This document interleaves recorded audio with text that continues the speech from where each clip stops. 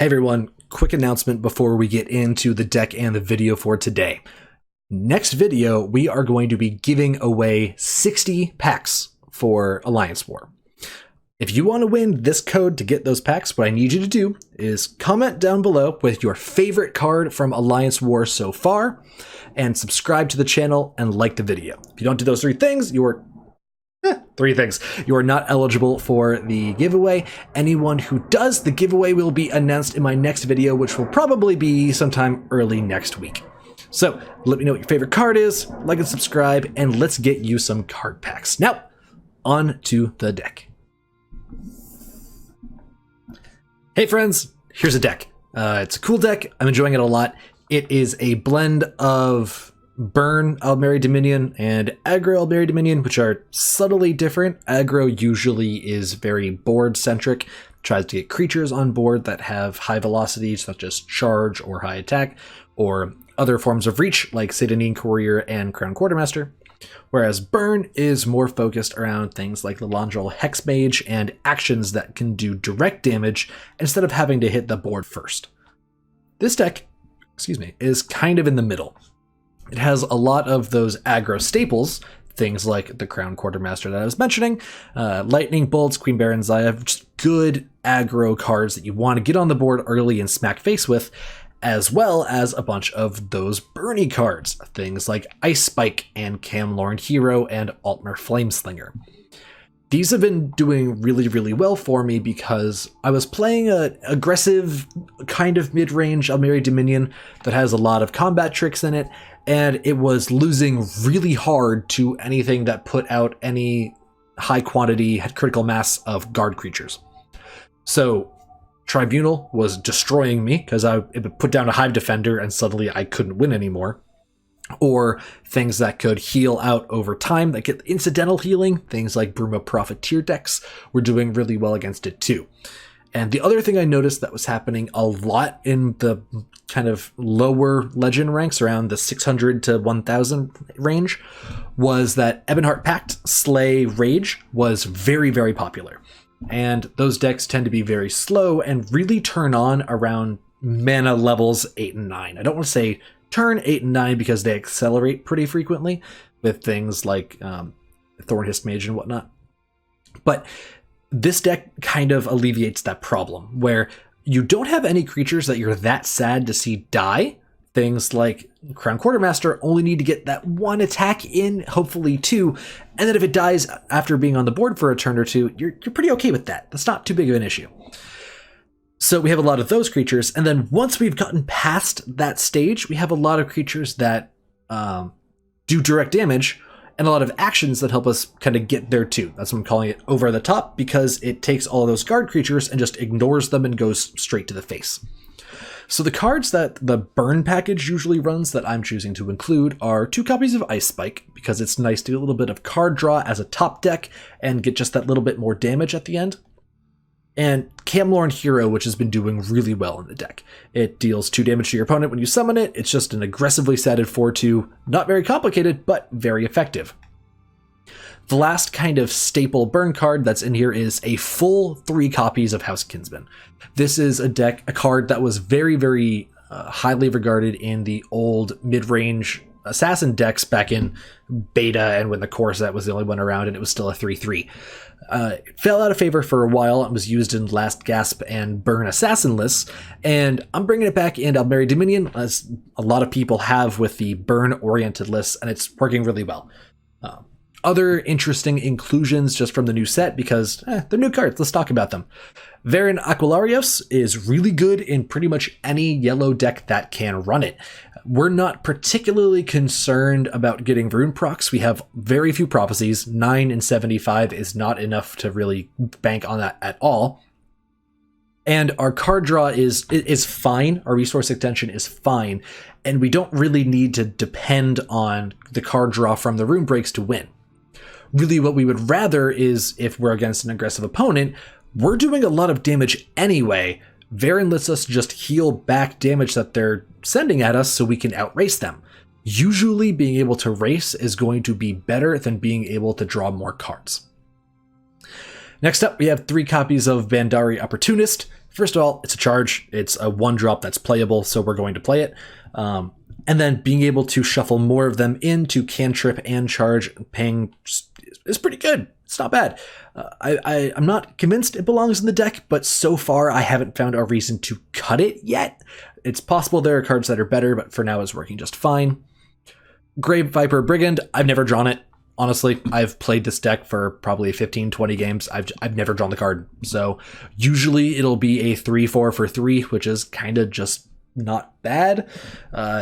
There's a very high chance this would be better off as something else, but really I've never had a problem with it in here, and I haven't really played it yet, so I still need to test it. Dominion Battle Reeve is our Aldmeri tricolor of choice because this has the hidden text, Firebolt your opponent if this isn't silenced.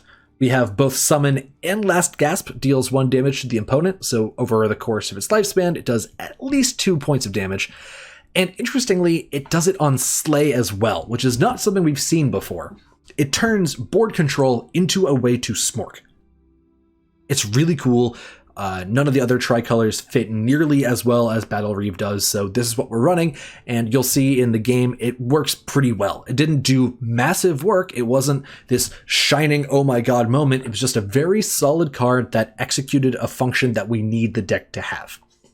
So this is the deck as we're running it right now. There's probably some refinement that could be done here, but I think this hybrid approach of aggro creatures plus a little bit of burn works really well.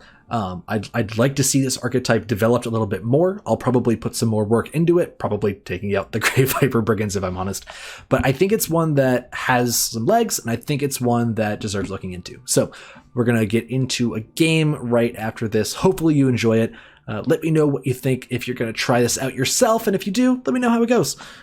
Yeah, hope you guys enjoy the video, and I'll see you guys, well, next time. Hello, lovely people of YouTube. We are going to play a couple games with what I am calling Over-the-Top Assassin, which is really just an Aldmeri Dominion deck that's half burn, half aggro. It's kind of in between the two different archetypes. It's been working pretty well for me. Basically, it's an aggro deck with a whole lot of burn added into it. Aldmeri Flameslinger has been a fantastic addition to the deck.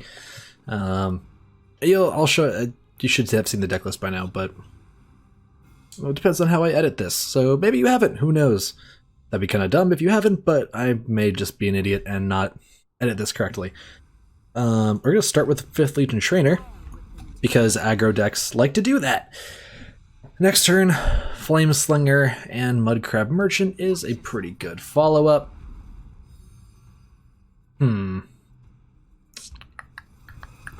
That's probably fine. I'm actually going to just attack face, because if I bump this, then he can train into it next turn.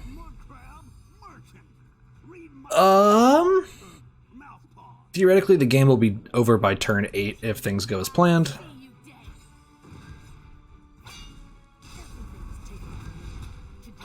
So we're going to play with the assumption that that does happen. Because if it doesn't, then we probably lose by turn 8 anyway. So there's no real need to choose as if we're going to ever play anything that gets there, let alone swings on turn 9. Yep, expected that. Okay. That's totally fine. So I actually want to go double 2 so that I can proc Certain Pawnbroker. We're going to go face, because that's what we do. I'm going to put Pawnbroker in the field so it can possibly trade favorably. Ooh, that's really, really good. So now if he wants that gone, he has to trade twice, so that's fantastic. And we're getting into the point where we're already running low on cards. This is the reason we run a whole bunch of burn spells. House Kinsman is effectively burn if we can sack it off, which is pretty easy with this deck because our curve is really low, so we can usually play it into a full lane and then kill it with something else. Dominion Battle Reeve is basically 2 points of burn between its summon and its last gasp effect. Yeah, if he wants to kill my stuff, that's fine. That's exactly what we expect to have happen. Also fine, that doesn't kill it. We do lose the ping, which is unfortunate, but it's not a problem. So we're going to just go in. And House Kinsman we like to try and save usually. However, in this case, seeing as the lane is full, we're going to play it, and hopefully we can push for 3, 6, 8, 9 damage, and then a little bit extra by sacking the Kinsman to the Cliff Racer. Mystic Dragon! That's unexpected. Firebolt's just fine. Petatus Oculatus doesn't steal anything now. If we play the Cliff Racer, it can steal Charge next turn. It can steal Drain from the Battle Reeve, but we don't really care about our life total. That's fine. At worst, it deals with a 1/1. Yep. Yeah, we're gonna play Cliff Racer in Shadow. And theoretically, Cliff Racer, Petatus, and some combination of attacks and House Kinsman dying should close it out. Unless a bolt comes down, which is also pretty much fine. Yep, he takes a value trade. Deal some damage. So Sorcerer, usually very low on healing outside of Barrowstalker.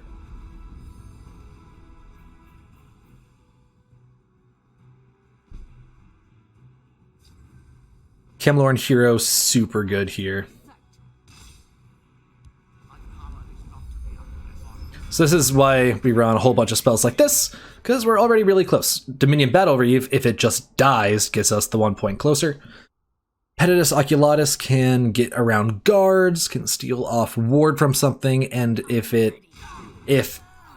Priss Me Pain, I'm not sure. If that person plays Barrowstalker, we can steal all of that with Petatus. Most cards in our deck... Oh, well, we went off Camlorn Hero attacking. So, that is Over the Top Aldmeri. It works really, really well usually. I've been playing in... not high, but, you know, mid-level Legend. I've been playing around the 600 to 700 range. This is the first game I played today, so I haven't got my rank decayed between last night and today, but it's been working relatively well for me. Particularly, it's been working really well for me against the Ebonheart Pact Rage decks, the Slay decks. Those decks tend to be very, I don't want to say greedy, but they're kind of greedy at the lower Legend levels. So having a whole bunch of burn in the deck is working out really, really well just to try and push past that a little bit. One of the things the deck can struggle with is guards. We don't have a lot of ways to deal with that.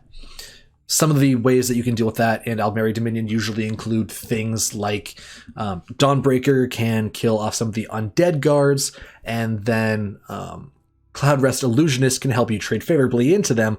We cut all of that. We're not running any of the combat tricky things that Aldmeri Dominion can do. Instead, we just replaced it with a whole bunch of direct damage. So here's the deck. Hopefully I edited this so that you saw it beforehand, and if not, then, well, sorry, it's my bad. But yeah, it's been working out real well for me. Deck code will be in the description. I hope you enjoyed this, and let me know what you think. See you next time.